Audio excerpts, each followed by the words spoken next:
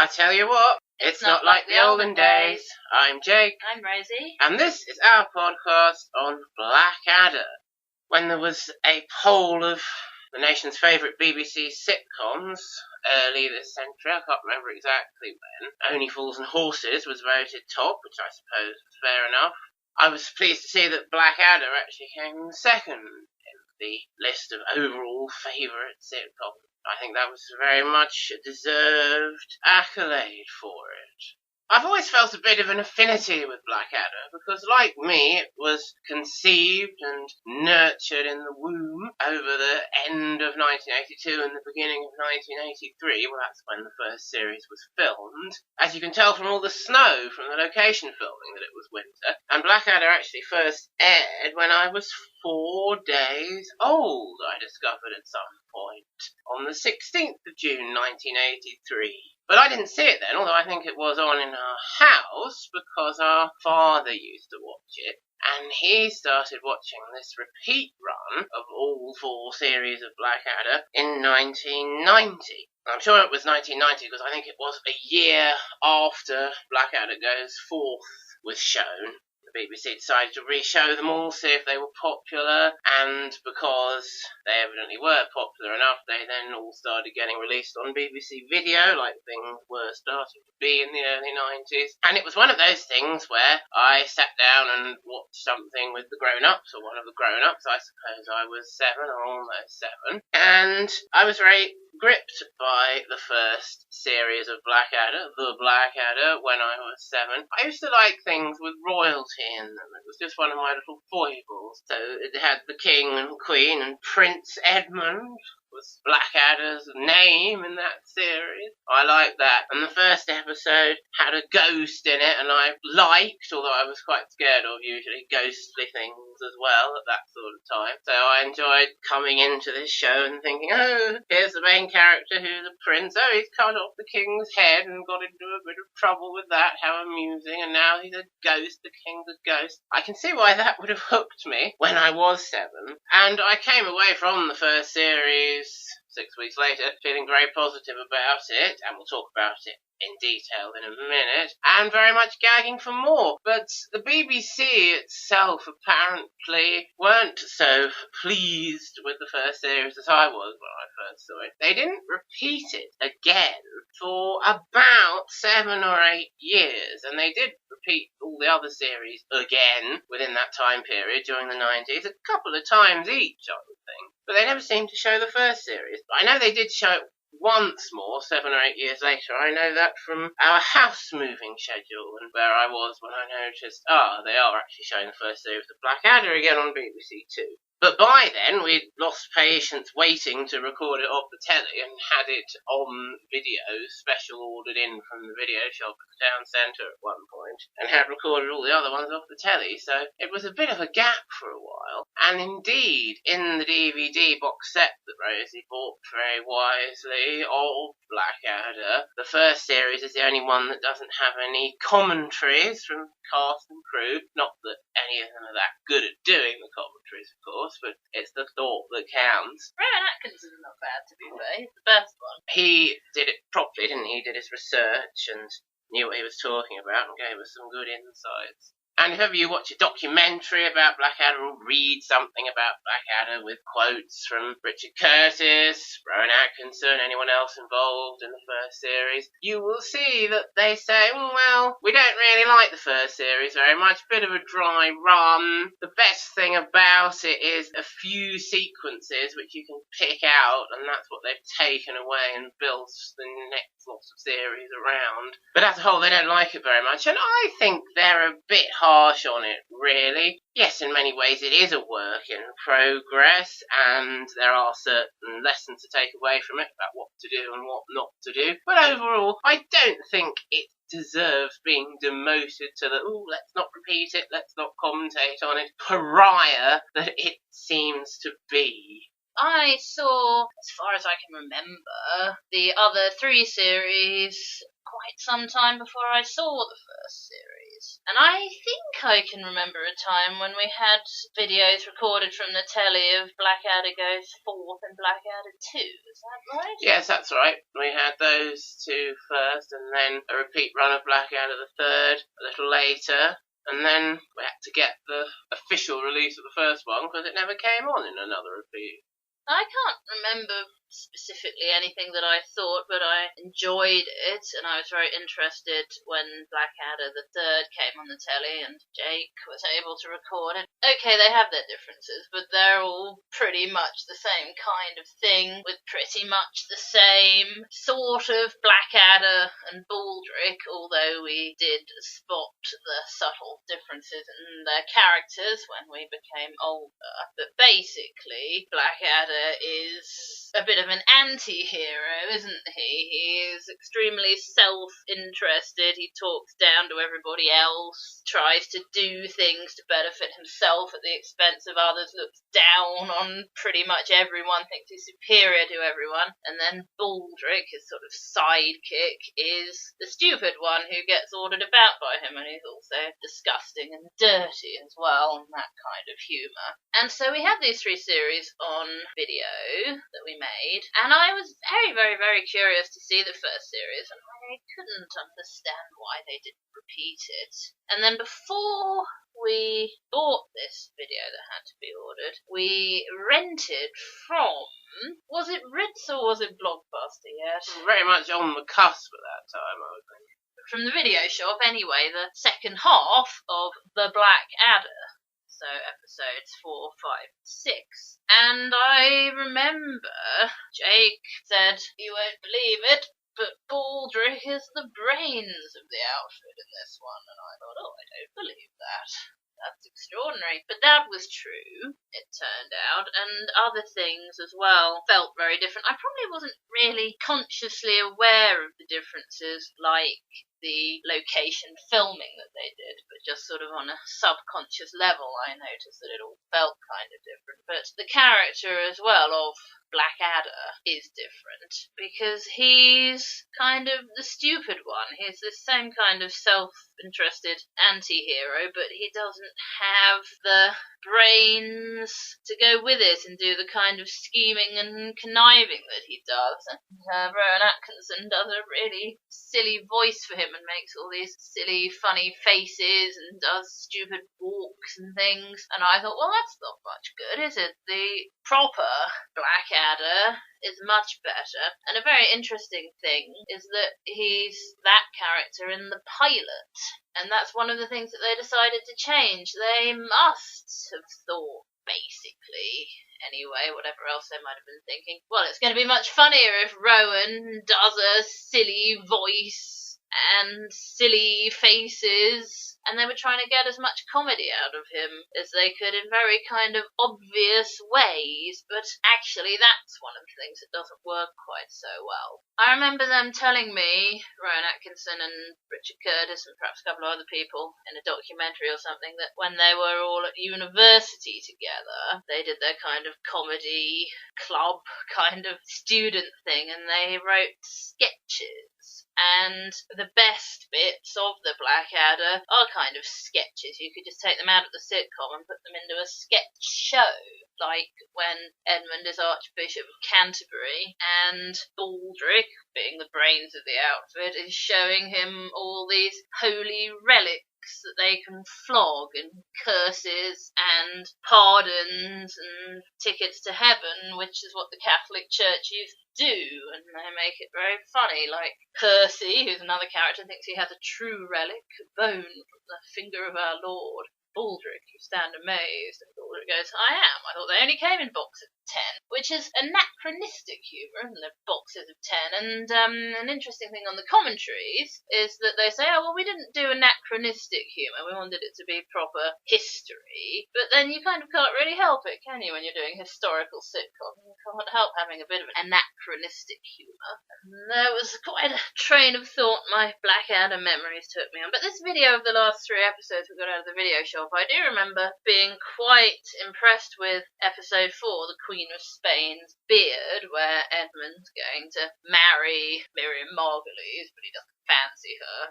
She's very in your face and kind of like pounces on him and stuff, doesn't she? And I understood that. I understood that he was a prince and he was betrothed to this rather ugly, unpleasant princess and he didn't want to be married to her. I got that one. And then it's the one with the witch smeller, and I kind of got that one, but I didn't find it as funny. And then I didn't really like the last one, the Black Seal, which perhaps we'll tell you a bit more about later. So then the overall impression I was left with was it's okay, but the other 3 series are considerably better. Yes, a couple of things to pick up there. The thing about anachronistic humour in it is that, as they say in documentary, I think, whatever it is. May have been a commentary. Yes, it may be a commentary. Is that they didn't want to have things like, what time is it? Look at your wrist. Oh no, watches haven't been invented yet. That sort of obvious anachronistic humour they didn't want. And indeed they don't have. But they do make some very effective use of anachronisms woven into the historical context just for us to notice and the characters not to comment on. Like the boxes of 10 fingers. Like the house particulars in Series 2 when Blackadder's selling his house. And there are lots of other examples too that one notices as one watches through. When Edmund goes to the doctor in Series 2, he's got kind of things around his doctor's office that very much remind one of modern doctors. And he writes out a prescription for leeches. That's right. That sort of anachronistic humour, and it works very well. Yes, a mistake they made between the unbroadcast pilot and the first series was, as you said, thinking that, we must have Blackadder more as someone we laugh at. And yeah, that was a mistake. The one thing that is often said about the first version of Blackadder, Prince Edmund the Blackadder, is that he has too many different aspects, characteristics, and becomes a bit of a mess and uncertain to pin down as a character. Sometimes he is a lot like the later Blackadders, in that he's quite shrewd and sarcastic and looking down on others, as you were saying. A lot of that is in the second episode, Born to be King, because that is adapted from, has a lot of the same script as the unbroadcast pilot, so that's a symptom of that. It's also got Baldric being a bit of a stupid one. But there are other instances in the first series, not based on the pilot, where Blackadder is more like the later Blackadders. I'm thinking particularly of the sequence in The Archbishop, where Prince Edmund is cannily pointing out the ridiculousness of the stories of how the various archbishops of Canterbury have been killed. I could imagine a later Blackadder doing that sort of thing. And then he's also ridiculous, a bit pompous, someone to laugh at, a bit of a fop, a bit of a fool, sometimes a bit full of himself, sometimes naive. And yeah, he's just a bit hard to pin down, and they were quite right. They did need to concentrate on one particular aspect of the character after that, and they chose the right one, and they had it originally in the pilot. It has been said in places, written down, possibly in these documentaries, mentioned, I'm not sure, that Blackadder, the character as he ends up in Series 2, 3 and 4, basically, could be seen as a kind of out-of-time character. Like he has the attitude of, oh no, I'm stuck in the past and everything's crap, and he's more like us to relate to in the current times, although he doesn't mention that specifically. It comes across in his character. And I think that's a fair comment to make. Yes, he's having a go at things like Charlie Chaplin and Blackadder goes for, and who is and isn't allowed to vote in Blackadder the Third. He says to Mrs. Miggins, who owns the pie shop, you're not eligible to vote. She says, why not? He says, because virtually nobody is. And lists all these people who, it may be slightly exaggerated how many groups of people couldn't vote, but not much, and looks at it with the kind of eye that we have in modern times, looking back saying, oh, wasn't that stupid?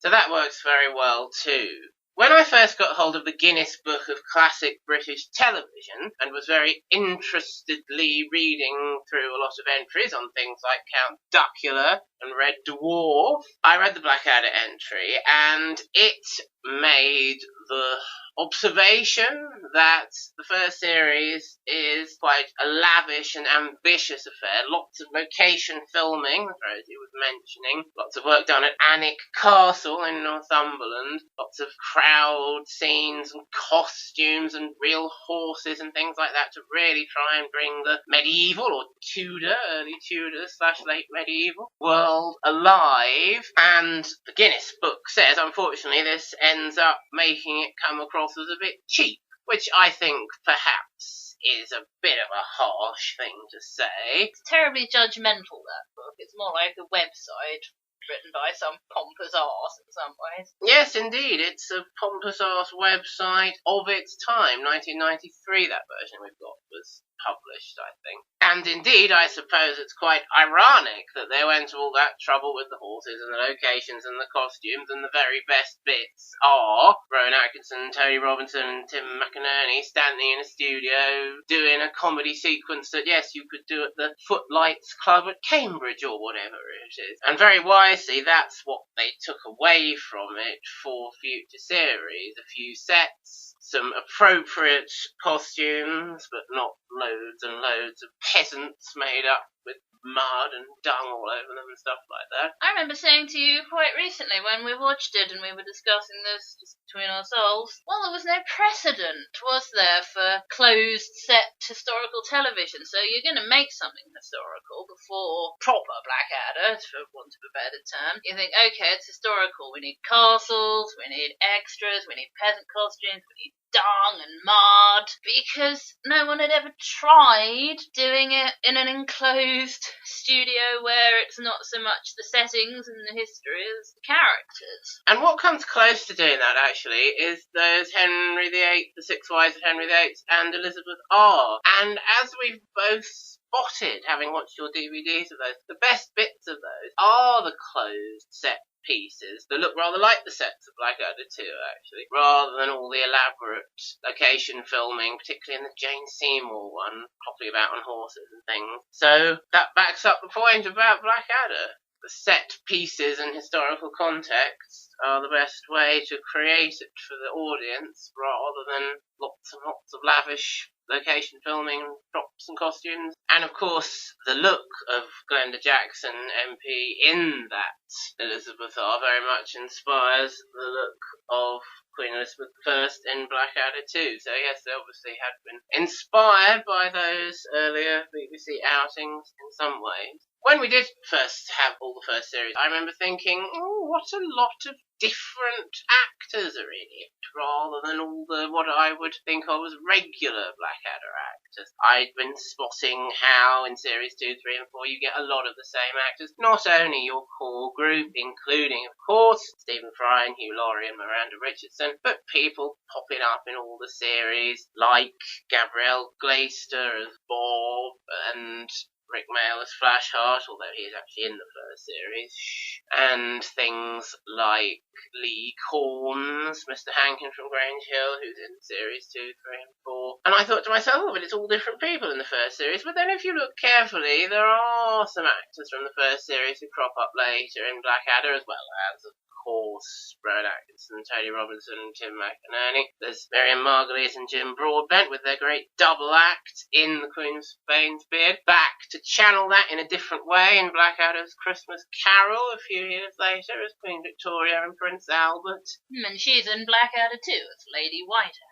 Indeed. And then, of course, we have Barbara Miller, who plays one of the Macbeth-inspired witches in the first episode, and Jane Firkettle, Blackadder's alleged one-time mistress in The Witch Smell of Persuasion. She turns up in series 2 as the wise woman, and as I always point out to you, I do like that wise woman scene in Bells in Blackadder 2, as it pays homage and evokes the first series quite a lot. Not only with Barbara Miller there as the wise woman, but when she says, "Thou plottest, Blackadder, thou wouldst be king," you think, aha, that harks back to the first Blackadder, who was always trying to be king. And indeed, he is told in a prophecy by this same woman that he's going to be it, even though it's a mistake, and she was meant to tell Henry VII. And then I noticed this time, didn't I, she goes on to say, "And drown Middlesex in a vat of wine." And I used to think, oh, that's just extra nonsense, but it's actually a hark back to the first series as well, where the dynasty is wiped out by a vat of wine. Percy has poisoned when Baldric had told him to poison some wine, but not all of it. So that was quite a nice callback. Steve Frost is in the first series, and he turns up again in Blackadder Goes Forth. I always used to enjoy his firing squad leader in Blackadder Goes Forth. Ready, fire! Absolutely brilliant.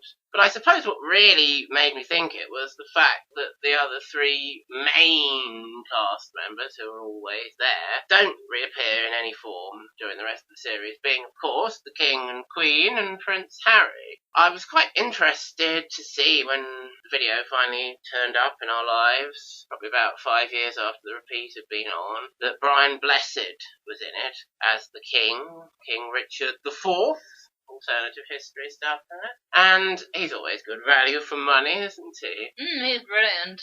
And Elspeth Grey as the Queen, who has a lot of good memorable scenes. She has a funny comedy sketch sequence, another one of those that's the bits of the first series that work best, with Miriam Margolyes and Julian Broadbent doing their little talk about a lady's things, the big joke being they have to talk through the man. We always like to quote bits of that, don't we? Yes, he's the Spanish Infanta's interpreter, in case we didn't make that clear. I'm not sure we did. The other thing we regularly watch Elspeth Grey in is Fawlty Towers. Don't know what else she's ever done over the years, but in some ways there's not a lot to do with her role as the Queen, but she does quite a lot with it anyway, and is as engaging and amusing as I think it was possible to be with the part. And then there's also Robert East as Prince Harry, and one time Rosie said to me something like, "I don't like anything about Prince Harry in any way." He gets comedy lines, but they never make me laugh. I don't know if it's the lines, or the actor, or both. It's funny, because the only other thing I've seen him doing, Robert East, is stand-up comedy. And, well, that could fall very flat if he delivers it in the same sort of way as Prince Harry. Or maybe he has some better material for that. I mean, who knows? Or maybe he's better when he's being himself rather than trying to play a character. Sounded a bit patronising, didn't it? Trying to play a character. But it just doesn't work for me, I'm afraid, whatever the reason.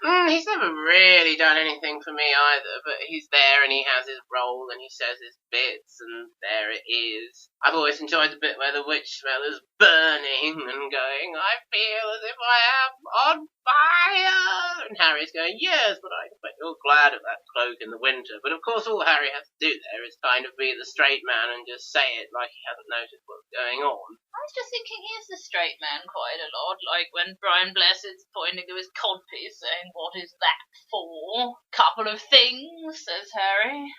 So that's not a great part of a comedy show to be, really, constantly, the straight man. When he's asking Edmund about who he killed at the battle, and Edmund's worrying that people are going to find out he accidentally killed the king, of course. Edmund, Percy and Baldric, backing him up, are doing the comedy, and Harry's being the straight man, actually wanting to find out who he killed so he can write it down on his list. So I never really thought of that before, but yes, he's the straight man a lot of the time. So let's just say how much we like the episodes. The foretelling, as I say, got me hooked, and I always enjoy it very much. Interesting ghost stuff in there. You don't get that used a lot, or really at all later in Blackadder. There's the Spirit of Christmas, but that's Christmas special and a bit different. So the first episode, yeah, it's a bit different, it's a bit special, and I think it's very good. Yes, I like that one. Then there's Born to be King with the St. Leonard's Day celebrations, a good adaptation of the pilot there. I've always enjoyed Angus and the death of the Scotsman, and Angus Deaton as the jumping Jew. I don't think they really understood it. Laughs all round there. Yes. I have been able to come to terms with that one a lot more since seeing the pilot on YouTube, actually. I thought, oh, that explains why some of it doesn't quite seem to fit with the rest of the series. But yes, the St. Leonard's Day entertainments are quite sketch showy, aren't they? The jumping Jews of Jerusalem, they just come on, my lord, and they jump a lot, and then later you see them doing it. The Archbishop I used to absolutely love, and it is very funny. I was going to say it sort of tails off a bit at the end. I mean, the drunken night stuff is quite amusing. They've gone down the secret passage to the nunnery, and they're each pretending to be nuns to the other group. There's someone else, actually, who turns up later in Blackadder, one of the drunken knights. Bill Wallace is also in series 2 and 4. I like that one more now that I'm older, I think. I didn't really understand it when I was young, I don't think I really understood it. Bits of it, anyway, like the battle between, well, not battle, but rivalry between the church and the crown, and I didn't really used to realise how separate they were and how they had that rivalry and wanted everybody's money, and there are these scenes where the king and, in the first case, the old archbishop, and then Edmund are trying to persuade these dying lords to leave their money to one or the other, and of course Edmund, though he is the Archbishop of Canterbury, is trying to persuade him to leave it to the crown because he wants to stay in good with his father. And I used to find that funny when he was telling the guy that he would actually rather go to hell because he thinks he's going to go to hell if he leaves his money to the crown instead of the church, and he is saying heaven, it's people who like the sorts of things that go on in heaven, talking to God, watering pot plants. And I used to find that quite funny, but I didn't really get why he was so keen that this guy should leave his lands to the crown. So I like that one a lot. I like it more now that I'm older. Yes, I used to like that watering pot plants bit particularly. And you've already told us your detailed feelings on the last 3 episodes of the series, and I do agree. Yes, the Queen of Spain's beard is still my favourite, I think, just because it's got the most laughs in it. I understand the other episodes better. When I was young, I understood that one best. I still think it's the funniest as well. Frank Finlay was always rather entertaining, I thought, as the witch smeller, and that farcical witch trial, is, like the church versus crown stuff, quite historically edutaining. It's entertaining, yes, but there's actually stuff to learn from it about witch hunts, witch trials, the utter farce and persecution that they involve. They do it in a funny, engaging way in The Witch Smeller. You always like bloody milk. One of my favourite bits, did he say to his cat, hello little bubble, would you like some milk? Well, yes, I might have said that, said Edmund. And what did you mean by milk? Well, I meant milk. Bloody milk. Absolutely cracks me up. And I got that when we had it out of the video shop when I was young. And it's all about that kind of thing, taking anything that Edmund, or also Percy and Baldric, when they're being accused, says out of context and turning it into this absolute witch hunt, which is where we get the expression. Yes, I did think he rather asked for it with milk, bloody milk, didn't he? He likes carrots about his horse, is a bit more reasonable. Yes, and then you get the carrot tree, which is obviously all nonsense. So yes, edutaining. Yes, I do like that one. And yeah, the Black Seal is rather different. You don't see much of the regular characters, Blackadder gathering the most evil men in the land. I remembered that quite well from the repeat run in 1990. I found it rather striking that, like in a Shakespeare tragedy, almost everybody, dies at the end. And it does set a precedent that, which the other series do follow or try to follow. It doesn't always work out exactly as planned. But I did find Don't Drink the Wine funny when I was young. Yes, I absolutely hated that one. I had been very impressed with the Queen of Spain's beard, then the Witch Smeller. Okay, I kind of got it. Bits of it were funny. And then the last one, it wasn't anything like the others. The main cast weren't in it. The Blackadder went off on his own. I thought it was the most boring thing. I probably didn't really get the humour in that one. Although Rick Mayall is in that one, not credited. he's credited as Mad Gerald as himself, but it's definitely him. We have the the official video case to thank for realising that straight away, because it mentioned with Rick Mail as Mad Gerald. I didn't really engage with the situation where Blackadder's in prison and Rick Mail's there, but it's just the way that Rick Mail was saying his lines just made me laugh, so that was a highlight of that episode. But again, as I've got older, I do appreciate it more. I get some of the jokes more, but it's still my least favourite episode out of all the Blackadder episodes, I should think. Now, it took a while to get Blackadder 2 off the ground, and we've already gone through all the wise changes they made and the thought processes they had, and thank goodness they did. I believe it aired very early in 1986. So 2.5 years later, and during the 1990 repeat run, I didn't really notice the difference. Blackadder's house, there's the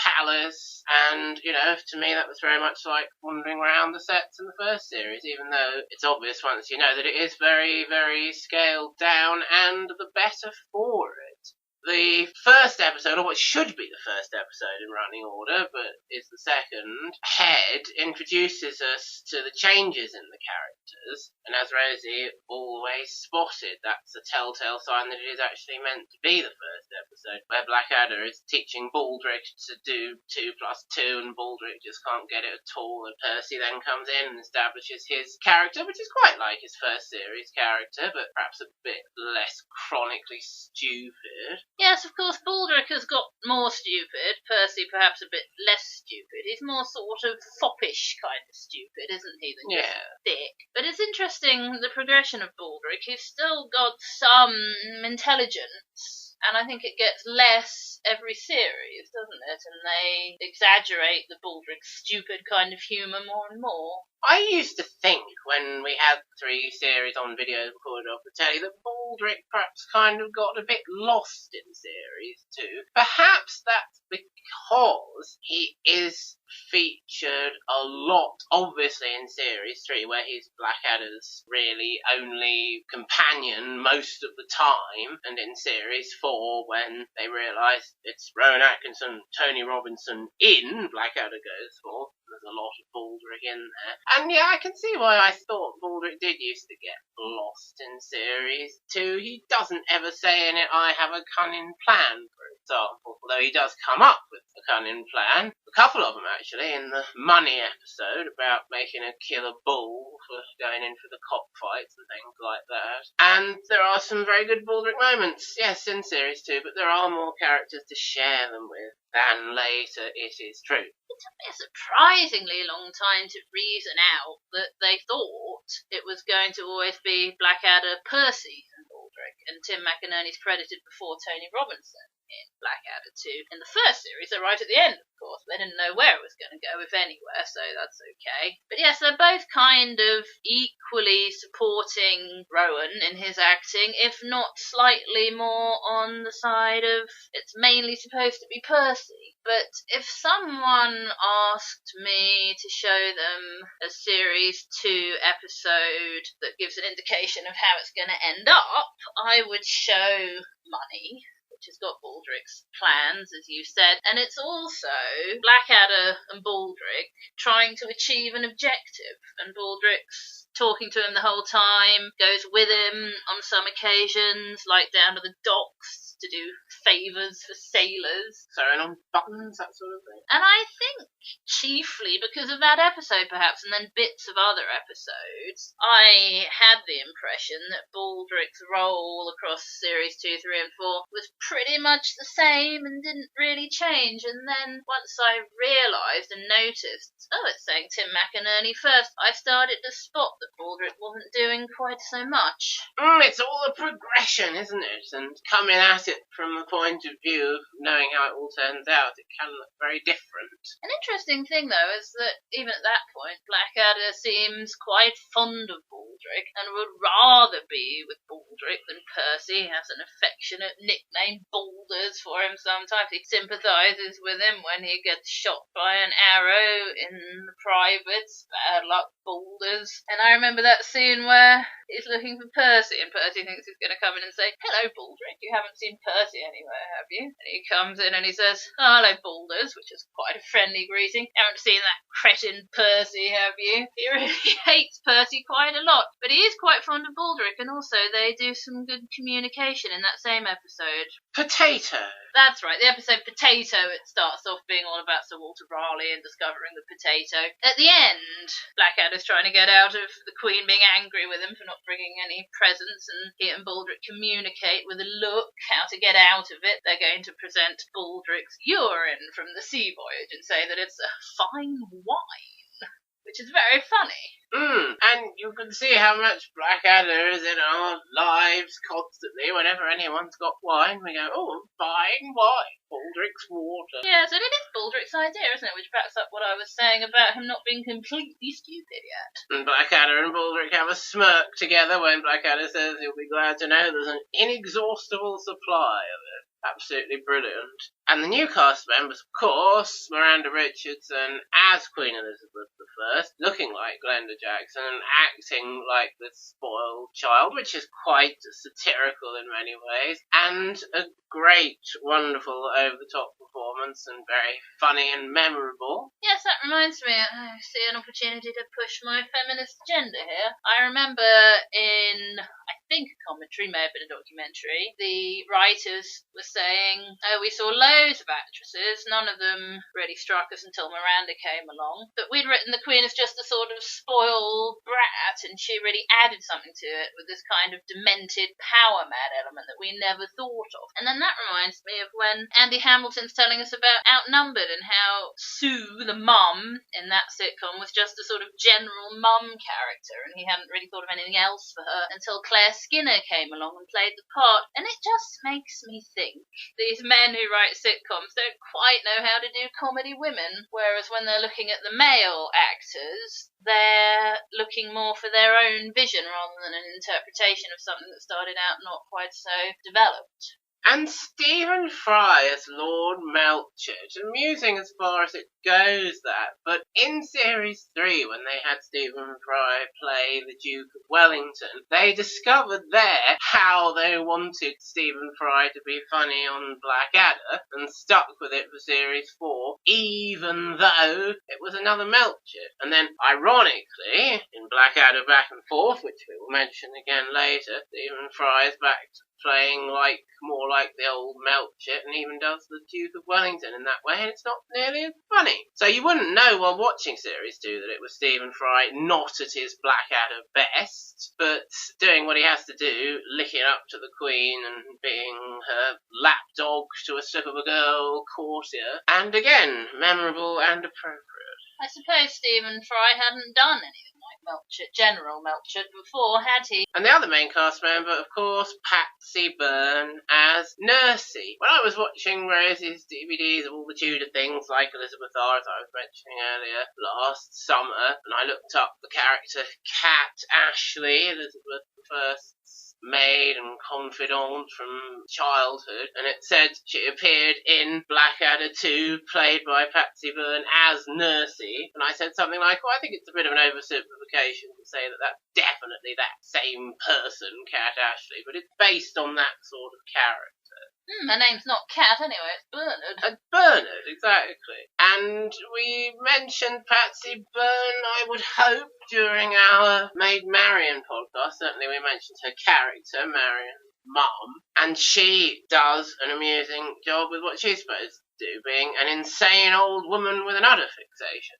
Blackadder puts it in the final episode. She has some funny sequences about things like being called Bernard. Yes, and she thinks Blackadder's trying to get out of having his bath at one point. And you don't need her, do you, for the plot? She just says funny things while the other characters are doing the plot. And when she puts on Captain Rum's beard, I mean, that's comedy gold, isn't it? That definitely adds a lot to the show, so she's definitely worth having around for scenes like that. Good old Patsy Byrne, she'll always come back to do a special and play Nursey and just say the same sorts of things and not really contribute to the plot, but contribute very much to the comedy. They don't give her anything else to do, but she just always comes and does it, and it really adds a lot, I think. Yes, she did that that in 1988 for The Christmas Carol, and 1999 for Blackadder Back and Forth. And yes, it was really good to see her there with Miranda Richardson and Stephen Fry. Miranda Richardson and Stephen Fry both had a lot more to do in Blackadder Back and Forth, and Patsy Byrne would have been quite understandable if she'd said, oh, can't be bothered to come and sit there and talk same old nonsense, not even that much of it for the one scene. But she did, and it was really added a lot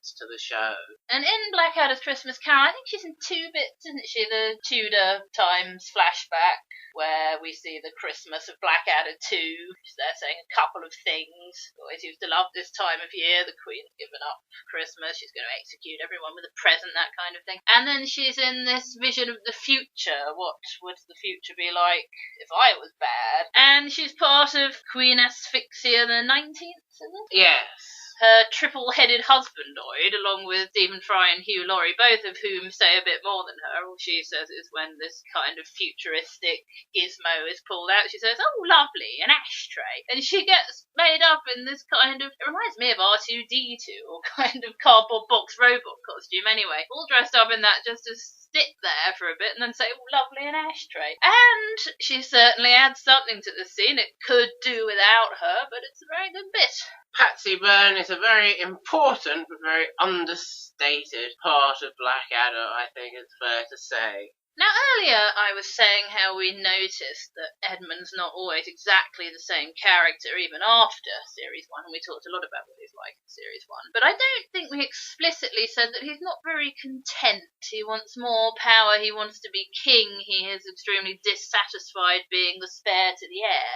In Blackadder 2, I think Edmund is at his most content. He's not actively trying to get any more power or better his position. In Potato, certainly, I'm not sure about any other times, he quite likes the idea of marrying the Queen when it's on the table, because that would make him Prince Consort and effectively king, actually, which is one reason why Elizabeth never married. She wanted to run the country herself, so I've heard. But anyway, he's Lord, isn't he? He's got enough money, although in the episode Bunny he hasn't. He's got a comfy position in society. The Queen likes him a lot. He can pretty much do what he likes, so I think he's the happiest you'll ever see a Blackadder, and what he is trying to do is mostly not annoy the Queen and not lose what he has rather than try to gain anything else. A quick word about all 6 episodes then. Head should be the first episode, and it is when we watch the DVD, and I think we've both nominated this as our very favourite episode of Blackadder ever, and certainly the funniest, and indeed it is. I used to love all the sequence with the ploppies and the, was it sausages, and the new executioner's baldric, that had so much need a spike as a toast rack, and then the absolutely brilliant crescendo. If she sees his head on a spike, she'll realise he's dead. Absolutely brilliant. Blackadder at its best. Yeah, it's the first time you see that. You think he's going to say if she sees his head on the spike, she'll realise we cut it off before we were supposed to or something. But no, she'll just realise he's dead. It's so funny. And then he's going to Traitor's Gate to get the head, and the Queen's there. He's trying to hide it from her. It's really very funny. And of course, this guy's wife comes to talk to him. So Blackadder has to pretend to be him with a bag on his head. And they make up all his reasons why he has to wear a bag on his head so that the wife is allowed to see him without the other prisoners. It's a sort of peacekeeping thing so that other prisoners won't be jealous. And originally Baldric's going to do it. Percy says, I've been meaning to ask you all morning why you think Baldric with a bag on his head is going to be a dead ringer for Lord Sparrow, because he's not. And then Blackadder's explaining it's to obscure his own features. So again, Blackadder's the only one who really knows what's going on in that scene, but then Baldric's too short, so Blackadder has to wear the bag, and then they're saying your voice isn't deep enough, and then Percy goes to talk to the wife, and she says, you'll be telling me his arm has grown back next, and Percy comes bursting in going, he's only got one arm! And it's very funny because they've been trying to achieve this pretty much impossible solution, and then it's just got so much worse because he's only got one arm, and it just cracks me up like the bloody milk. It's clever comedy build-up, that. Then it is Bells, which which they always show first, but they really shouldn't.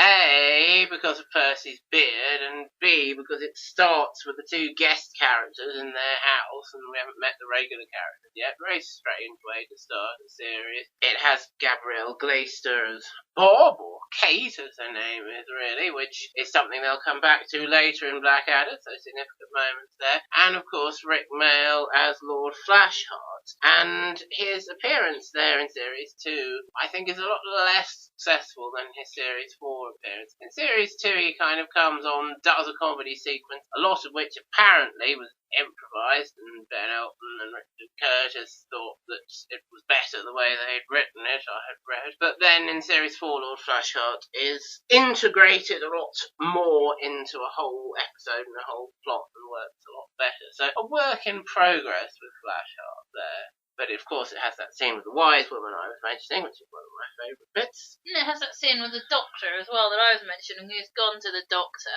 because he fancies Bob, his manservant, and there's a lot of humour about the doctor calling him disgusting for fancying boys, not boys, a boy. Edmund says, which you couldn't have now, could you, that kind of humour? Even if the doctor's wrong and you don't agree with the doctor, you still couldn't make that kind of joke out. We always spot things that, you couldn't have that nowadays because of how things are, right or wrong. And even things from coming up to 10 years ago, like Miranda, we say it about nowadays. Well, Miranda, why are you dressed as a transvestite? Exactly, just as a side point. So again, top draw Blackadder there, Bells, no question about that. The third episode is Potato, which Rosie has talked about quite a bit. Again, top draw Blackadder there, and certainly a highlight of that one is Tom Baker as Captain Rum. Comes up with some very memorable Blackadder moments. You have a woman's whatever body part you've just mentioned, my lord. You'll sometimes be able to hear us quoting that around the house. When I was a child, I used to find it funny the way Captain Rum kept saying, "You have a woman's purse, me lord. You have a woman's legs, me lord. A woman's everything." I didn't know why he was saying it. I didn't understand what he meant. He's saying, "Oh, you're not a grizzled sailor like I am." But I just thought it was funny that he kept saying that. But I do understand that joke more now that I'm older.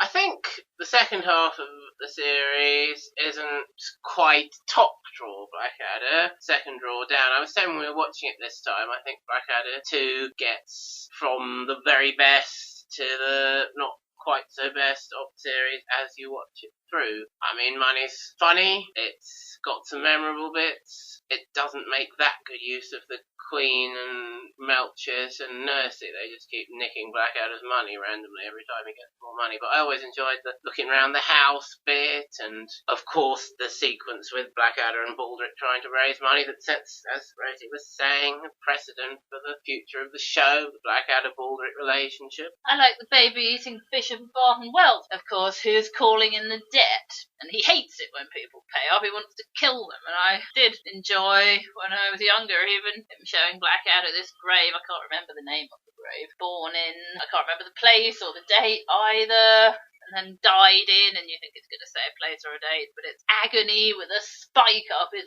bottom, and Rowan Atkinson has a very funny way of saying bottom, actually. So I used to enjoy that. And then beer. I used to enjoy that quite a lot when I was young. Oh, what I used to enjoy when I was young from Money, of course, is Percy makes green rather than makes gold, which isn't laugh out loud funny now, but when you're 7, making green, a nugget of purest green, it's terribly funny and terribly accessible. So yes, there's a younger viewer accessible humour in there, and that's certainly some of it, very memorable. Percy makes green. Yes, it shows how they can't really think of anything to do with Percy for that episode either. I mean, he doesn't need to be there making green, does he? It could just be Blackadder and Baldric trying to get money. But yeah, in Beer, Lord and Lady Whiteadder, I I think that's quite accessible. You have to behave for them, and Blackadder comes in with his comedy breasts on and has to pretend there is earmuffs falling down. That's quite accessible when you're about 10, I think.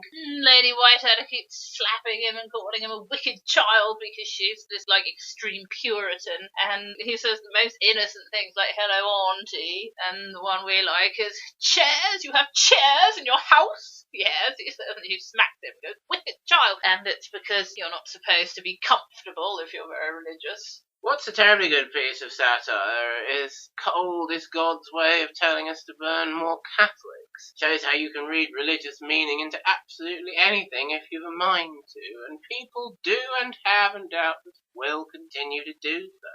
Yes, and then of course in Baldric's bedroom is the drinking party. Lady Whiteadder mustn't know that he's having a drinking competition in the next room. And then finally Chains. And that did remind me, I think, when I first watched it, of the first series finale, because it's a different episode. It's not got Blackadder's house in it. It's got this kind of prison set instead, and it builds up to everyone dies at the end.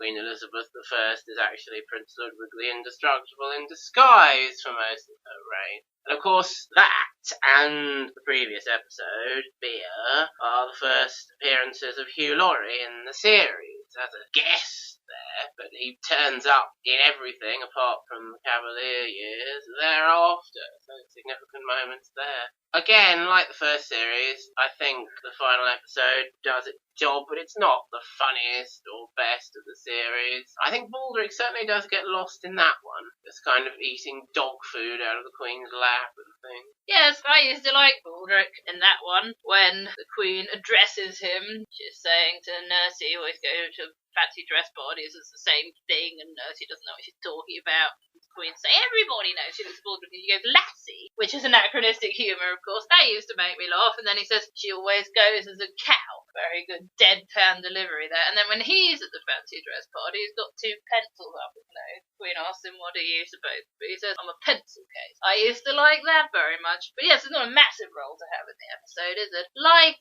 with the first series, I wasn't so keen on the last episode of that series just because it was a bit different. But there are bits I like. There's this guard coming and wanting to torture Blackadder, and they're doing charades because they don't speak the same language, and Blackadder's in this like box with spikes on, and this guard's acting out this charade for you're a bastard son of a bitch, and Blackadder's trying to work out what he's saying, and I always found that very funny. So for Blackadder the Third, which aired in 1987 at some point, so about a year after Series 2, rather than a gap of 2.5 years, so obviously they were getting into a bit of a stride by this point. The cast, as has been mentioned, was vastly scaled back. Apparently Tim McInerney snooted them, as it was put on a commentary, didn't want to play Percy anymore. One of the writers, I think, was trying to remember, what made us decide to do it like this and not have Percy and blah, blah, blah. And the other guy goes, well, Tim snooted us, didn't he? Which we always thought must be the case because they'd obviously planned for it to be Blackadder, Percy, Baldric. And does it benefit the show overall, building up that Blackadder-Baldric duo relationship? Well, it certainly works very well, and it's what is memorable about the show. So yeah, perhaps it is a benefit just having Blackadder and Baldric as our main protagonists, anti-heroes. What I remembered about Series 3 from the 1990 watch through before the next repeat and able to get it on tape was that Blackadder and Baldric were hanging around in the palace looking after the Prince Regent played by Hugh Laurie, and they got up to various bits, and all I specifically remembered was that in one episode Blackadder was rewriting the dictionary and it started with aardvark because they burned the real dictionary, and at the end there was the duel with the cannons and Blackadder ended up taking the place of Prince Regent, King George IV. The details of the rest of the series I hadn't really remembered from watching through when I was 7, and I can see why. It is like Series 2 and 4 in many ways. It's a very good series, a very funny series, a very clever series, but I do think it's a bit less accessible for a younger audience than series 2 and 4, and you do have to pay quite close attention to realise exactly what's going on with all the voting farce, for example, and exactly why it's so funny. And after a few watch-throughs, I did get to like it as much as Series 2 and 4. But it is more kind of insular, it is more intricate, and feels a bit different. There's a whole sequence where the Prince Regent is talking about why Sir Talbot Buxomley is such a fine figure of a man, because he wants Sir Talbot Buxomley's support in Parliament, and it ends up with the human body in perfect physical condition, and then we cut to Blackadder going, he's dead, Your Highness. I mean, that kind of thing, I get a bit lost in that kind of scene when I was young, but now I think it's terribly amusing. In many ways, in some scenes anyway, Blackadder's rather a straight man to Hugh Laurie, isn't he? Yes, and Hugh Laurie is terribly amusing as the Prince Regent and in most things he's in. The other regular character doesn't appear in the opening titles, but does appear in every episode, as Helen Atkinson would as Mrs. Miggins, who's mentioned, or one of her ancestors mentioned in Series 2 a couple of times, running the pie shop. Here she is running her pie shop / cafe in Series 3, and they use it to have little scenes with the guest characters. We've gone to Mrs. Miggins' pie shop, let's go and find the actors there, let's go and find a French person there, and she pops round to the palace kitchen for a couple of scenes occasionally, and just adds another regular character to the series, and it's good to have her, I think. Yes, I think I felt the same way as you as a child. There were bits of all the episodes I liked and found funny. I'll tell you which episode I did like as a child when we go through them, I think I'd better. Before we do that, Edmund in this one, he is butler to the prince, and he is, unlike Blackadder 2, extremely discontent, thinks he's far above the position and the lot that he has in life, and at one point he says, doesn't he, this is no life for a man of noble blood. That's right. He's really rude to the prince, and he can get away with it because the prince is too stupid to realise. Which is why it's quite a powerful moment in the last one, where the prince is trying to pull rank on him, and Blackadder's going, "Oh, you what?" and then goes on about, "You completely rely on me and there's nothing you can really do about it." That's when things are really coming to a head. Yes, so he is able to work out his frustrations in such a way, but because he is so discontented and really hates his life quite a lot, it brings out the worst that a Blackadder can be. We were noticing a progression, weren't we, from how he does cold-blooded murder on Tim McInerney in his guest role to get himself out of trouble, and then is it the very next episode? I don't know, but he'll tell us when we go through them. He deliberately makes it so that a couple of actors who are visiting the palace are put to death for treason just because they're annoying him, which I don't think certainly Blackadder 2 would do, or the fourth Blackadder. Hard to tell really with the first one. Yes, he's really vindictive and nasty, isn't he, Blackadder 3? And you can see how the end of the series was written as the end of the whole thing, where Blackadder does finally get to become king, like he's always wanted, but not king as himself, king as George IV. But it's not that satisfying to see that version of Blackadder get what he wants, really, I think. It leaves him as too much of a baddie rather than an anti-hero, I've always felt, so I'm glad that's not the end of the whole thing. The episodes are called Dish and Dishonesty, which is all about politics, and was one that I certainly didn't appreciate as much when I was young as I have done since. I'm sure you got, like I did, why it was funny that the Prime Minister was a child, so that used to make me laugh. He's become Prime Minister right in the middle of my exams and all that kind of thing. I think that's the most accessible bit for the younger audience, pick the younger there. I used to like as well the standing at the back dressed stupidly and looking stupid party. Oh yes, and the anachronistic humour of, like, the election news report, works very well. We were saying, while watching it this time, how Vincent Hanna did a much better acting job as himself doing his real job than most people you see trying to do that on the telly. Game show host and such. I used to think he was an actor doing acting because I didn't used to watch elections on the telly. But again, as you get older, there's more in there to pick up that is actually funny. Pitt, the even younger, has besmirched his opponents in the press, bribed people he fails to see what else a decent politician could have done. Yet still he hasn't won. I mean, that's funny and satirical. The second episode is the one I really appreciated and remembered from when I was 7, Ink and Incapability. Of course, it is funny that Blackadder has to rewrite the whole dictionary, but Baldrick's accidentally burnt it, or has he? Trying to think of the definitions is very funny. A doesn't really mean anything. And actually, that's not wrong, is it? I always enjoyed Baldrick's definition of C. Big blue wobbly thing that mermaids live in. Yes, slight misunderstanding there, says Blackadder. And Robbie Coltrane as Dr. Johnson is entertaining, I think. And yes, a memorable Series 3 episode there, and the one that I always think of first when I think of Blackadder, the third, because of my own experiences. And then it's Nob and Nobility, which is about the French Revolution stuff. And I think that was one I enjoyed quite a lot when we did first record it on video. It's quite easy to understand what's going on with the revolution and the disguises, and Chris Barry turns up for a bit of a funny performance. Yes, I liked Chris Barry doing a funny French accent. And of course it's interesting and perhaps nice to see Tim McInerney back for his guest appearance in the series. And as you said, Sense and Senility follows and has the progression of how far Blackadder is prepared to go, or what reasons he has for his cold-blooded murder. And that one I found not so engaging when I was young, but it is funny, all the actor stuff. Yes, I like them teaching Prince George how to deliver his speech. You have to roar. You want me to roar? And then It's again, Hugh Laurie carries that a lot.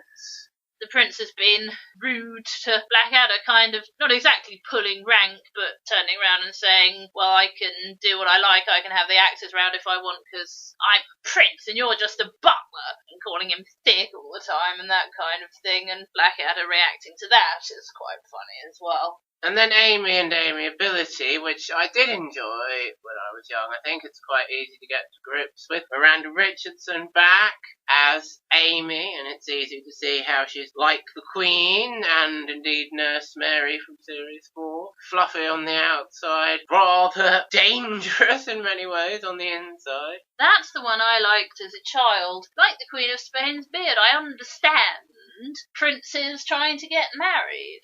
So I got what was going on, I got the jokes, and she's a highwayman. Blackadder at one point becomes a highwayman to try and get some money and does this robbing sequence, and Baldrick's being his horse. And I understood it, and I liked the prince trying to chat up Amy and going to serenade her at her balcony and being incredibly crass. And I retained none of that from when I was 7, which surprised me a bit when I watched the repeats and recorded them. But there we go, obviously it didn't strike a chord at the time. And the last one is called Duel and Duality, which, like I mentioned, has Stephen Fry back doing his mad general role for the Duke of Wellington, which they love so much they turn it into a regular character, General Melchett, in Series 4. And I'm certainly not saying that they're wrong to do so. There's some anachronistic humour in that one. Thank you for choosing the canonette instructions, which is very funny. What I like from that one is Blackadder, who's Rowan Atkinson wearing a kilt and a Scottish accent, doing a Scottish accent, and a red wig. When I first watched it, I thought, oh, I guess he's going to fight the duel for Blackadder, so pretend to be Blackadder pretending to be the prince. But actually, he doesn't do it, and he's there so that Blackadder agrees to do the duel where that's the plan. But one thing it took me a few years to spot, actually, is that in his letter to Blackadder, he's on about a rightful claim to the throne. And when I first saw that, and probably like the 10th or 20th time I saw that, I didn't know about Prince Edmund, the Blackadder, and then one day I clicked, oh, he's actually not wrong, is he? He does have a claim to the throne. Yes, and of course history has forgotten that Prince Edmund is probably illegitimate, as we know from the McAngus episode. But it's good, it's titillating, it's nice when Blackadder does pay homage and make references to its earlier days like that, even though everyone hates the Blackadder. I quite like in that final episode of Series 3 as well, Prince George with his prophetic dream. The black snake gets into bed with him and takes away all the covers. That's reminiscent of the witch's prophecy about Blackadder will be king from the first series. Yes, and the huge black snake bit is rather a needle in a haystack of a lot of nonsense, so you have to kind of listen out for it. And I remember thinking, watching that one in 1990 when I was 7 and the cannons were getting taken out, and I thought, oh yeah, this is the bit where they all die, of course, at the end of the series. But actually only Hugh Laurie ends up dying, so that Blackadder takes his place and becomes George before. Not a great king to be, either, it has to be said. A king that's looked upon as a bit of a silly, foppish, self-indulgent king. And he's one of the jokers in my pack of kings and queens playing cards. I don't think Blackadder would like to be remembered like that. Yes, now Blackadder probably wouldn't be exactly a good king, would he? But he wouldn't be that kind of bad king. He'd be more of a tyrant. So what followed Series 3 was these couple of specials, the Cavalier Years and Blackadder's Christmas Carol, which are always worth watching in the watch-through. It's only short, the Cavalier Years, as Stephen Fry playing King Charles I as a kind of take-off of Prince Charles, and it has some quotable bits. Baldric, your brain is like the two-headed haddock fish beast of Aberdeen. In what way? It doesn't exist. You can hear that round our house from time to time. And there's a stark example there of Blackadder being like looking at history and his place in it from our point of view. One civil war in the whole history of England, and I'm on the wrong bloody side. Like he's commenting on that from a modern point of view. Is that quite right? One civil war? What about Stephen and Matilda? And the Wars of the Roses, of course. Debatable stuff there, but it's what we call the English Civil War. Yeah, so that's very much our point of view, isn't it? Looking back from the future. But yeah, don't miss out the Cavalier Years if you're having a watch through. I like Baldric's excuse for why Blackadder can't come and talk to the king. His wife's sister's puppy fell in the strawberry patch. And that makes me wonder, does this Blackadder, unlike most of the Blackadders we see, have a wife? Because some of them probably do, don't they? And have legitimate Blackadder descendants. Of course, the Blackadder, the original, had a wife, didn't he? Princess Leia of Hungary, who's like 8 when we meet her. Bit of humour there. He's going to marry a princess and she's a child. Again, quite sort of laughing at history because people really used to do that in royal families. And then Blackadder's Christmas Carol was another one that we watched from the video shop, first of all. And then eventually it was on telly and we recorded it for the collection. And it's very good, and it turns Blackadder on his head, and it turns the whole Christmas Carol story idea on its head. He was good and he becomes bad thanks to his ghostly Christmas visit. Robbie Coltrane is the spirit of Christmas, very amusing, and doing a kind of prototype for Hagrid, in fact, we noticed. Yes, if you hear J.K. Rowling say, oh, when I was writing the books I was seeing Hagrid as Robbie Coltrane and I really wanted him in the film, you just know she'd been watching Blackadder's Christmas Carol. And it's interesting, as you pointed out, how you can see that Blackadder has the potential to be rather nasty in the way he speaks to Mr. Baldric, even when they're the best of friends, and is rather critical of him and says that Santa will be dead if he smells your sock, and then that potential is all brought out after his ghostly visit. Bit rude about Tiny Tom as well, isn't he? So then, the final series, Blackadder Goes 4, aired in 1989, the year before these repeats were on. And they say you should finish on a high if possible, and Blackadder certainly managed to do that. Because Blackadder Goes Forth being set during the First World War in the trenches in France in 1917, I thought, during the repeat in 1990, wow, that's not like all these castles and ancient history that it's been so far. That's really, really recent, this century. I was right, it was recent. It was this century. Certainly living memory, because our grandmother at that sort of time had lots of stories she used to tell us about the First World War when she was a child in the First World War. So yeah, it was very recent compared to the other Blackadders. I mean, in fact, Blackadder Third and Blackadder Goes Fourth are only about 100 years apart, aren't they, with the Carol in the middle? But it was certainly a new direction to take it in, and like all the best things, it's a great comedy show as ever, but it's also very poignant and has a lot of very important messages and thoughts about war in general, First World War, and the main characters, take on their representative roles in the show. General Melcher, Stephen Fry, the sitting in the nice white tent enjoying things from a distance general, as Rimmer puts it on Red Dwarf at one point. Captain Darling, Tim McInerney, in his new role, thinks he's got a nice, cushy, safe, comfortable position to see out the war with a staff job, and is rather smug about it. But then in the final episode, it's very, very effective when we see his human side, his lost hopes and aspirations. Really comes out of left field and gets you in that way. Private Baldrick is the proletariat, and General Melchit's we don't want your kind here, Private, shows the divisions and prejudices within the army. And Hugh Laurie is George. Lieutenant, of course, promoted very, very young, along with other higher class people, whereas lower class people, even if they were older, would never get higher than a private because of the snobbery. Full of false enthusiasm, the old spirit of let's go off and, as indeed George puts it, and hammer the Boche, like we hammer the opposition in our local cricket match. Yes. It's very pie in the sky, unrealistic, and rather tragic. And for the comedy, it's exaggerated. They leapfrog down to the recruiting office and play tiddlywinks in the queue. Now that is satire at its absolute best. So that's why Blackadder Goes Forth is, and always has been, I think, for us certainly, I think for some other viewers, many other viewers, the best in every conceivable way. It's extremely funny. Certainly you could argue it's the funniest. I think it's the most consistently funny. Yes, that's right. It doesn't have kind of dips and episodes that you go, oh, well, that one's only okay. And it also is terribly moving, terribly poignant, and makes you think a lot. Something like Baldrick's war poem. Terribly simple, but terribly effective. Hear the words I sing, war's a horrid thing. And the German guns is really very, very funny, but it makes a very important point that Blackadder does spell out at some point in the show. The Germans have heavy artillery and we're charging at them with wooden sticks and things. It's an extremely layered series, Blackadder Goes Forth, and extremely brilliant.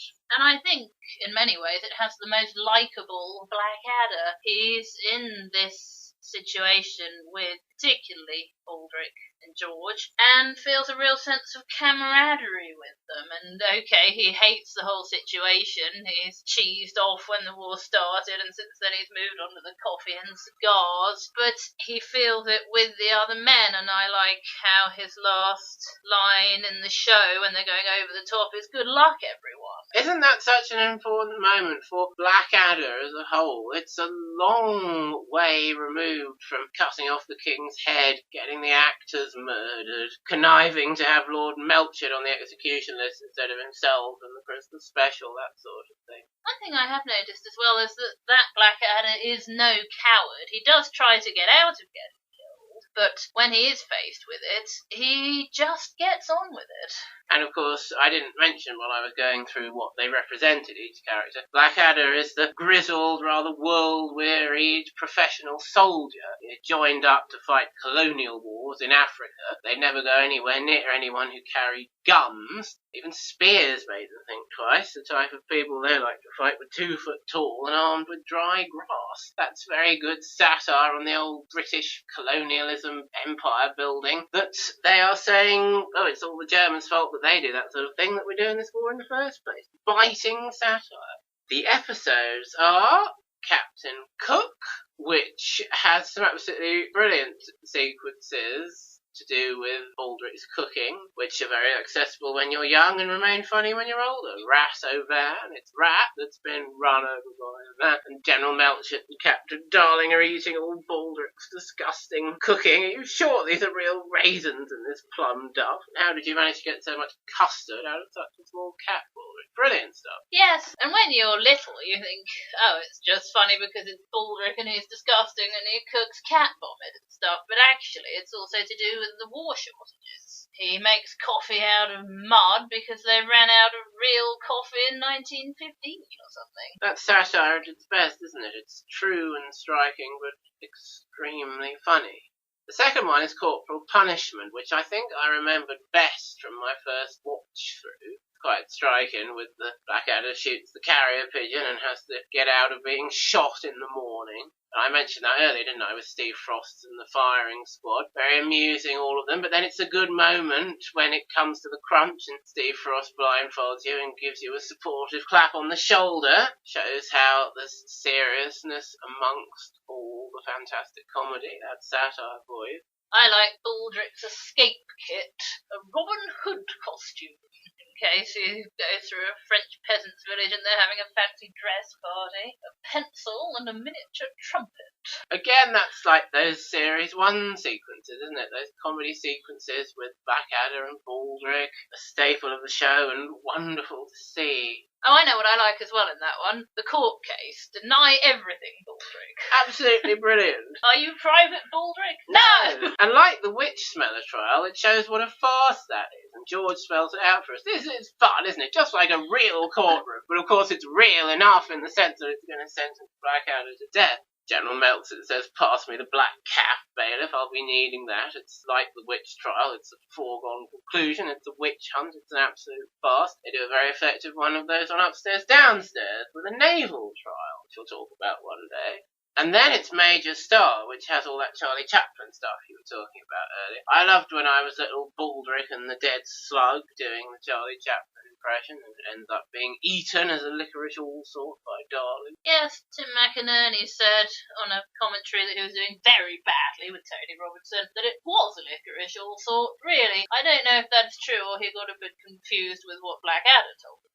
That reminds me of what I loved from the first episode, Captain Cook, when I was little. The map with the mines on it. An area marked with mushrooms. And what does that mean? We're in a field of mushrooms. What do those symbols denote? These mushrooms must belong to the man who made the map. That's very understandable when you're young. Mine. That's too meaning. So it's consistently funny and accessible for many age groups, I think Blackadder goes for. Of course, when you're little, George dressing up as a woman for the soldiers' drag act is very funny, and then General Melchett thinking he's a real woman and taking him out, and George comes back and reveals to Blackadder that he's agreed to marry General Melchett, and Rowan Atkinson's reactions are hilarious. It's just like, oh no, how are we going to get out of this one? You said yes! Wonderful stuff, all that. Baldrick's plan. My plan is that I will marry General Melchett. And that's not really very helpful at that stage of the proceeding. They're trying to find a new leading lady for the show. And that's where Gabrielle Glaister comes along as Bob. And we don't know her girl's name. It may be Kate, it may be something else, but she's disguised herself as a boy to help fight the war, but much less convincingly than her ancestor did in Blackadder 2, because Blackadder sees right through it. Yes, and another great bit of satire there, or pointing out what a farce the First World War was. I want to see how a war is fought so badly. And of course that's a great lead-in to Blackadder saying, you've certainly come to the right place, Bob. The war hasn't been fought this badly since. Yes, he does a lot of that since Tarzan went through Jane's bag and ate her lipstick and things in Series 4. Perhaps they could overdo that slightly by that stage. I think I even thought that when I was younger. The stickiest situations, the stickiness that got stuck on a sticky bun is what I always remember. I think when he does it twice in one sentence, I think, that's a bit much. So there we go, a slight drawback for Blackadder goes forth there, even though it is brilliant. The episode after that is Private Plane, which continues with Bob and has her rekindle her relationship from all those hundreds of years ago with Lord Flashheart. And Rick Mail in that episode is absolutely brilliant, is properly integrated into the episode. It's terribly amusing for all ages, and it's absolutely fantastic episode in many ways. And pleasingly for fans of Bottom, Adrian Edmondson is in it as well, with the comedy German accent being the Red Baron von Richthofen. Brilliant sequence at the end of that with Blackadder and Flashheart and Darling. Reasonable use of my time and resources. Darling ends up headbutted across the desk, and Melcher comes in later and says, "Don't slouch, Darling." Absolutely wonderful stuff. Of course, it's very funny when Rowan Atkinson, Tony Robinson, and Hugh Laurie dub over this kind of army plane. Is it a sort of display thing? Yes, I think it is. And they're dubbing on, whoops, a little wobble there, Baldrick, will you stop arsing about, and that kind of thing. When I was little, I really used to believe that they were flying the planes. Absolutely wonderful. What one is it with Melchit's map, where he's got the wrong side, and he goes, "God, it's a barren, featureless desert out there, isn't it?" And Darling turns it over and goes, "The other side." So I love that, but that's very accessible when you're young, and funny still to this day. Can't remember which episode that is, but I was reminded of it because there's the life-size map of the area they've recaptured since yesterday in the private plane one. So that's brilliant stuff. And the 5th episode is General Hospital, which is also excellent. Miranda Richardson there with her appearance in the series, with her fluffy bunny act. And I didn't really used to understand when I was little how she wasn't actually the German spy. Or maybe she had been doing some German spying, because she doesn't come out and deny it or anything. She acts very guilty, doesn't she? But then I think, well, maybe she's just flustered because of the situation. But it appears to be the same ending as Amy and Amiability, doesn't it? Blackadder discovers that she is a criminal and has her put to death. But then in comes George at the end, revealing that actually he's been sending letters with all this information to his German uncle, so he's the spy. So I always kind of think she's not supposed to have been a spy at all, really. But absolutely brilliant episode, that one. And very accessible when you're young. You know that 9 is no in German, so Hugh Laurie is saying, "Have you seen any suspicious characters about Smithy?" 9? 9! Captain certainly got his work cut out from that. And he makes a brilliant face, doesn't he, Hugh Laurie? Exactly. Simple but effective. Yep, nothing but praise for General Hospital, top drawer Blackadder material. And then, really, it's a microcosm of the whole series, the final episode, Goodbye. It's terribly funny, terribly effective, terribly poignant. Everyone talking about their feelings, seeing the characters and their true lights. And as has been pointed out on many documentaries about sitcoms and television in general, the closing moments going over the top and fading to the poppy field, one of the most effective pieces of television ever. And indeed, even the Guinness Book of Classic British TV admits that quite freely and without sarcasm or snidiness. And how interesting to discover that it was in fact an accident that the show ended in exactly that way. They had attempted to go back to the old staple of everyone dies at the end. But as we know from the DVD, the filming of that sequence went rather badly wrong, and when you see the whole thing, it is a complete farce. Yes, we're allowed to see it on the documentary. Rowan Atkinson, Hugh Laurie, Tony Robinson, Tim McInerney come running out of the trench, take a few steps, and then fall over and die. And at one point, Rowan Atkinson stops pretending to be dead and sits up and looks round, obviously thinking, well, this isn't going to work. But a very clever piece of last-minute editing with slow motion, music, fade into this still of the poppy field, and some nice bird song, creates one of the most effective pieces of television ever, and is a brilliant note for the whole series to end on. Yes, I do remember noticing that actually they used the footage of them coming over twice, but I just thought that it was all quite deliberate. Indeed, like all the best accidentally brilliant things, it seems deliberate, but isn't, in fact. Before good luck, everyone, of course, there's that very poignant last line. Baldrick's got his cunning plan. Blackadder's saying it'll have to wait. Whatever it was, I'm sure it was better than my plan to get out of here by pretending to be mad. Who'd have noticed another madman around here? Absolutely brilliant stuff, and the right way to end the series. And they were right not to try and force more out of it. Yes, there was talk of a 60s Blackadder, wasn't there, with like a rock band and stuff. Bald Rick the drummer. So I remember that. Yes, but having said that, Blackadder had its cake and ate it too by leaving that as the end of the series, but coming back for a reunion special for the Millennium. And you can get away with that because the Millennium had everyone thinking about the passage of time. We're at the end of the second Millennium, and Blackadder was all about different time periods. And a special reunion for Blackadder seemed to fit very well at the end of the 20th century, but yet it doesn't spoil the poignant ending of Blackadder Goes Forth at the end of the actual series, so it's very well timed 10 years later. As I was remembering when we were discussing the series as a whole and watching it recently, it was shown not actually in the Millennium Dome as I thought, but in, what was it called, the Sky Theatre or something outside the Millennium Dome as part of the Millennium Dome experience, and it was co-funded by Sky and BBC, and it actually premiered on Sky 1 in early 2002, I think, or late 2001. I remember it premiered on BBC 1 a bit later, and it was delayed because the Queen Mother had died, so that tells you that was April 2002, I think. So it was a while before it came on the telly anyway. And yeah, it was well timed. It was appropriately an event for the Millennium Dome celebrations. Stupid as they were, it was a good thing to include there, I think, an appropriate thing. And feelings about Blackadder back and forth are very complicated because in many ways it's rather disappointing and falls very short of what it should be. But then fundamentally, they got a lot about it right.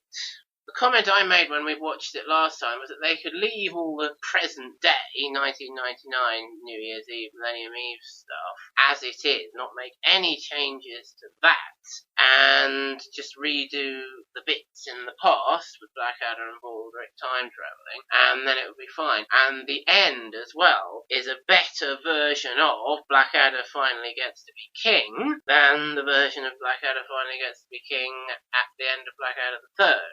I was describing the new rendition of the theme tune, and Blackadder's the king and wants Baldrick for the Prime Minister. It's the correct culmination of their journey together. And yeah, the stuff in Blackadder Hall with the characters played by Stephen Fry, Miranda Richardson and Hugh Laurie, as they should be. And Tim McInerney. And Tim McInerney, of course, back as a darling, not a Percy. That's all as it should be. But there are big problems, aren't there, with the actual back in time scene. Were you telling me that when you first saw it, you were left the impression that you liked it? Yes, I very much was. Because probably you took in the present day stuff more. Yeah. But I remember I was more left with the problems with the actual time travel. I went off it when the first stop in the time machine was Elizabethan England, and Miranda Richardson's there as Queen Elizabeth, and Patsy Burns there as Nursey. And I remember thinking, well, it should have Percy. Is General Melchett there? I've forgotten, actually. Lord Melchett is there, yes.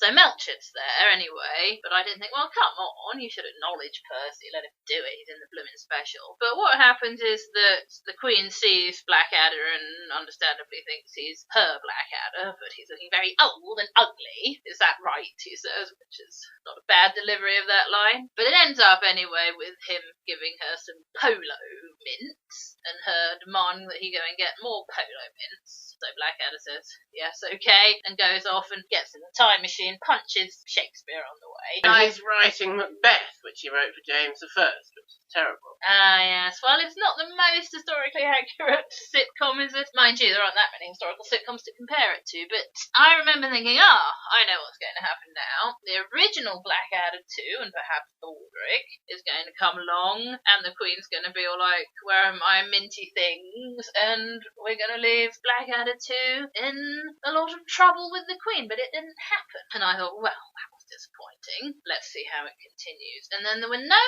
other previous Blackadders which I was expecting, like in Blackadder's Christmas Carol, by which I mean ones that we've seen in previous series / specials, but also there was only one new Blackadder in Baldrick. Baldric, which was the Roman ones. And the rest of the time they go to a time period, Robin Hood, the Battle of Waterloo, but there's no other Blackadder and Baldric. It's just them. And then a bit later on, when they're summing up what they've learned, various kind of philosophical things, but also Baldric says there's always a Blackadder, there's always a Baldric, and I thought, well, how do you know? There was no Blackadder and Baldric in Elizabethan times that we've seen.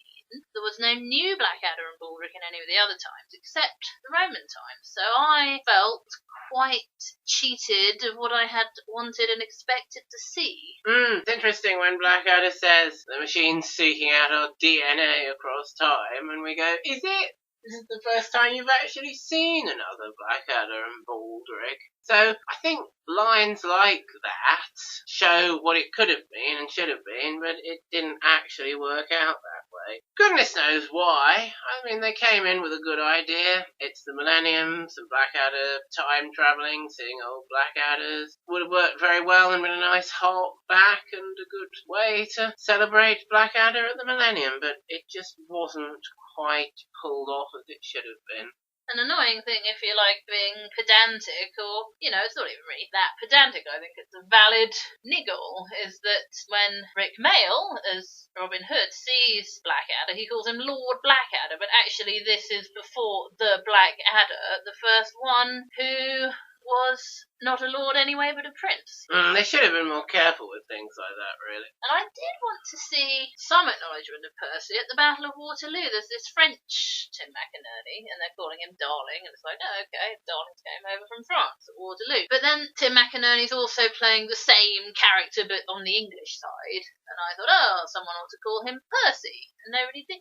I just thought that makes so much sense, but they totally seem to expunge Percy from acknowledgement. All the right people, all the raw material, a perfectly fine, appropriate premise and ending using that premise, it's all present, but the nuts and bolts are not what they should be. So overall it's rather disappointing. And there we are, the whole history of Blackadder and our thoughts about it and experiences with it. And hopefully it's been quite an enjoyable experience to hear it, just as it's been for us to recall it and discuss it. So there's an end to our Blackadder podcast. But do join us again next time, which will be the final Sunday in May, for a podcast on another Rowan Atkinson classic, Mr. Bean. Until then, good night out there. Whatever you are.